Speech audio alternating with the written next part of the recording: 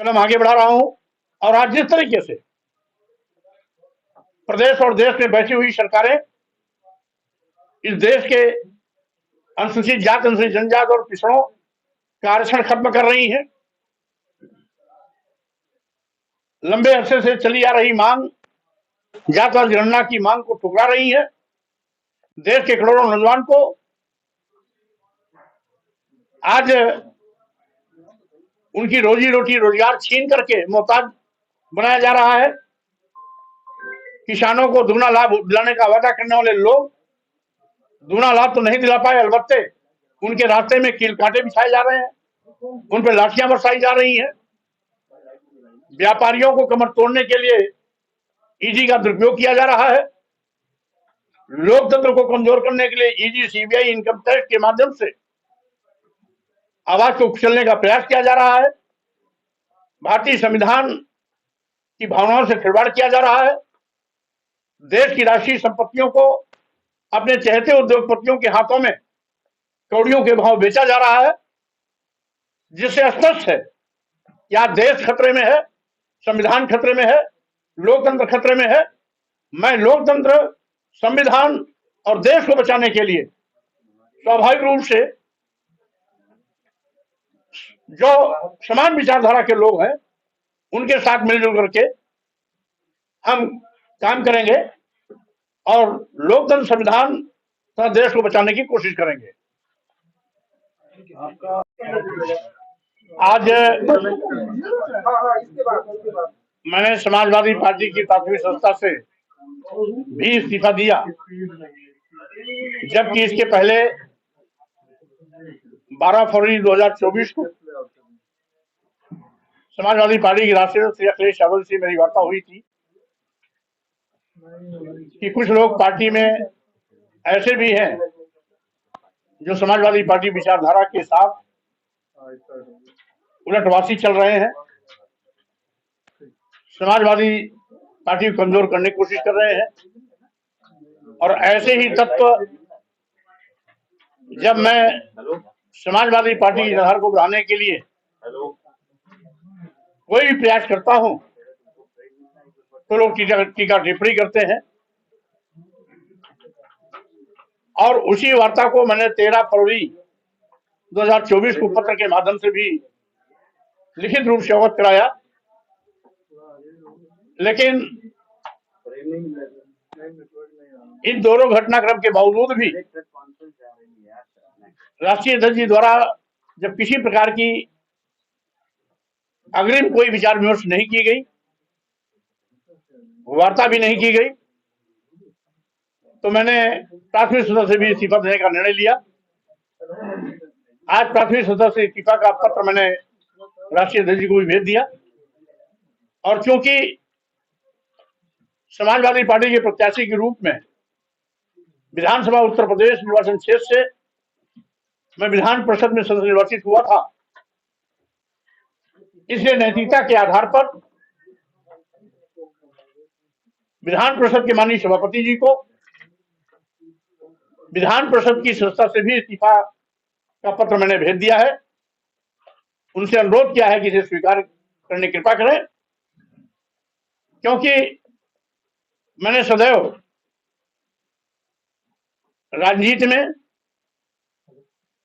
इस देश के दलितों, आदिवासियों, पिछड़ों, अकलियत समाज के लोगों, गरीबों, मजलूमों और किसानों की समस्याओं को प्राथमिकता दी है।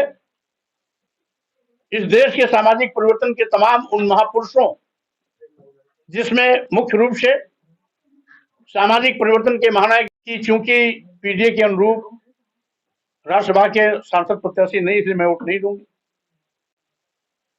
बात राष्ट्रीय दल पर छोड़ देना चाहिए। वो कहते हैं संस्था नहीं वोट देगी, संस्था चली जाएगी। क्या एक राजनीतिक व्यक्ति की भाषा ये है? भाई शिवपाल यादव से सीख लेना चाहिए। उन्होंने कहा कि ये पार्टी का अंदरूनी मामला है, हम लोग आपस में बातचीत कर लेंगे। या अखिलेश यादव भी छोड़ देना चाहिए, राष्ट्रीय अध्यक्ष हुआ है। तो जब समाजवादी पार्टी की खटिया खड़ी बिस्तरा गोल करने के लिए घर में ही मुखिया विराजमान है, तो और क्या आवश्यकता क्या है? इसलिए जब तक प्रोफेसर राम गोपाल जी स्वनाम धन्य स्वयंभू पार्टी के बड़े नेता रहेंगे, तब तक समाजवादी पार्टी पर इसी प्रकार से अंधेरा छाया रहेगा। ये कह रहे हैं मनोज जी की अखिलेश यादव और राहुल गांधी यात्रा में शामिल नहीं हो रहे, गठबंधन नहीं हो रहा, खबरें आ रही हैं। तो आप तो बहुत अंदर रहे पार्टी के फैसले में, क्या वजह है? नहीं, देखिए, समाजवादी पार्टी इंडिया अलायंस से गठबंधन कर रही या नहीं कर रही है, इसकी जानकारी मुझे नहीं है, इसलिए इस पर मैं किसी प्रकार की टिप्पणी नहीं करूंगा। हाँ, इतना जरूर है कि मैं समझता हूं कि इंडिया अलायंस आज देश की आवश्यकता है। स्वामी जी, कई मुस्लिम नेता भी नाराज नजर आ रहे हैं, आप तो पार्टी के अंदर रहे हैं, क्या आपके बाद कई लोगों ने आपसे संपर्क किया? क्योंकि विपक्ष के कई नेता हैं, वो कह रहे हैं कि सपा के विधायक हमसे कह रहे हैं राज्यसभा के लिए, तो क्या आपसे भी कुछ राय मशवरा हुआ? क्योंकि आपने तो इस्तीफा दे दिया कि आगे लाइन बढ़ने वाली है मुस्लिम विधायकों की या नेताओं की। देखिए, क्योंकि जब 22 फरवरी को नई पार्टी का ऐलान होगा, तो समान विचारधारा वाले जो भी पार्टी में आएंगे, उन सब का मैं स्वागत करूंगा। सर, कहा जा रहा है कि आपको और पल्लवी पटेल को, राम गोविंद चौधरी को कांग्रेस की तरफ से भी ऑफर है, तो क्या आगे आने वाले समय में कांग्रेस में भी शामिल हो सकते हैं? ये ऑफर आपको मिला होगा, लेकिन इस प्रकार की जानकारी हमें अभी तक तो नहीं है। साहू जी महाराज, भारतीय संविधान निर्माता बाबा साहब डॉक्टर अम्बेडकर तथा इसी सामाजिक परिवर्तन के महान पुरोधा पेरियार रामास्वामी नायकर, नारायण गुरु, संत गाडगे, मानवर कांशीराम साहब, पेरियार ललई सिंह यादव, रामस्वरूप वर्मा, शहीद जगदेव बाबू के विचारधारा को लेकर के शुरुआती दौर से लड़ाई लड़ता रहा, इनके मिशन पर काम करता रहा, और इस विचारधारा तथा मिशन में जब भी कोई आड़े आया, वो कितनी भी बड़ी शख्सियत क्यों न रही हो, उससे टकराने में भी मैंने कभी गुरेज नहीं किया, क्योंकि राजनीति में विचारधारा महत्वपूर्ण स्थान रखती है। पद का कोई माने नहीं होता है।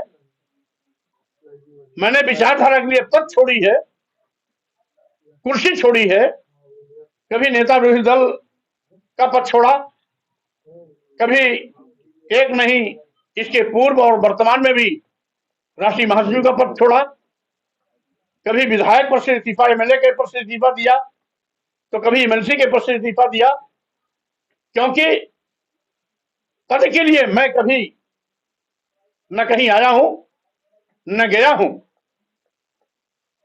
जिनको खुशी है लाभ देने की, उनके लाभ के पद को भी मैं ससम्मान वापस कर दिया हूं, क्योंकि मैं अपना सम्मान विचारधारा के साथ मानता हूं। पद गौड़ है, पद और आता जाता है, विचारधारा शाश्वत होती है, टिकाऊ होती है, वैचारिक राजनीति का ही महत्व होता है।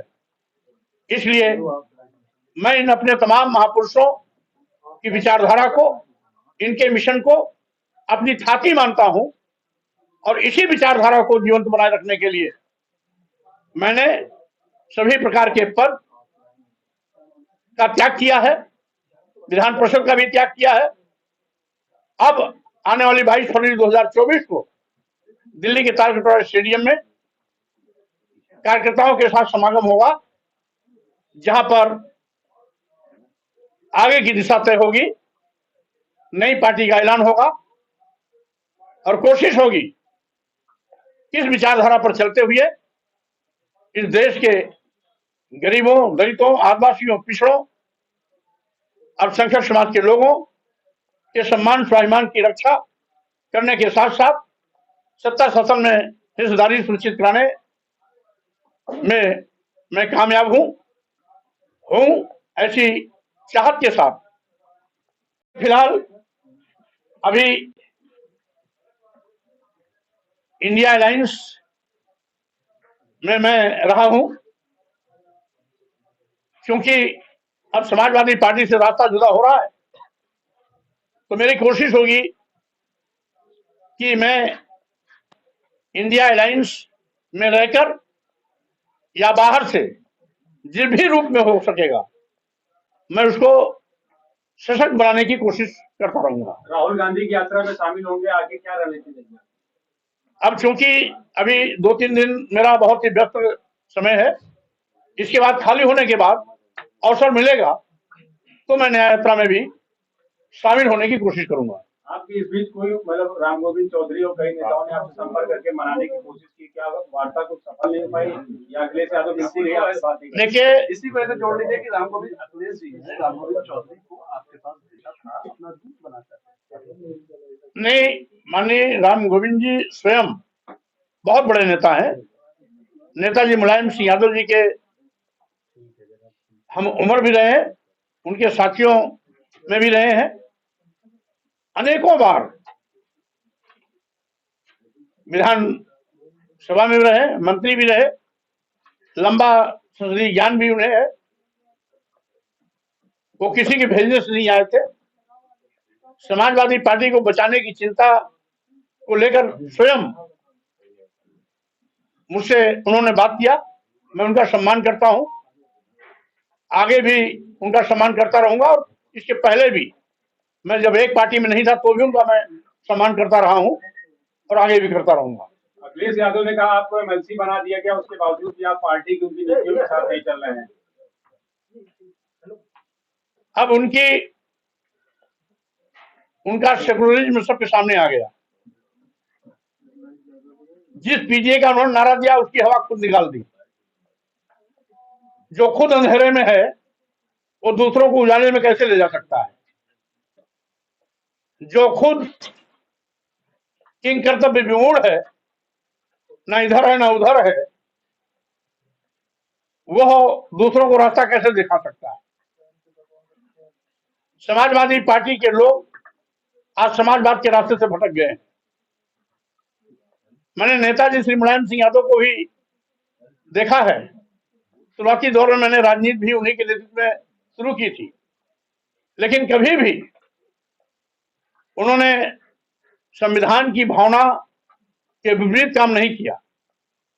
कार्यालय में तो दूर, वो कभी घर में पूजा घंटों करते थे, लेकिन कभी भी किसी मंदिर में नहीं गए। लेकिन आज तो समाजवादी पार्टी के लोग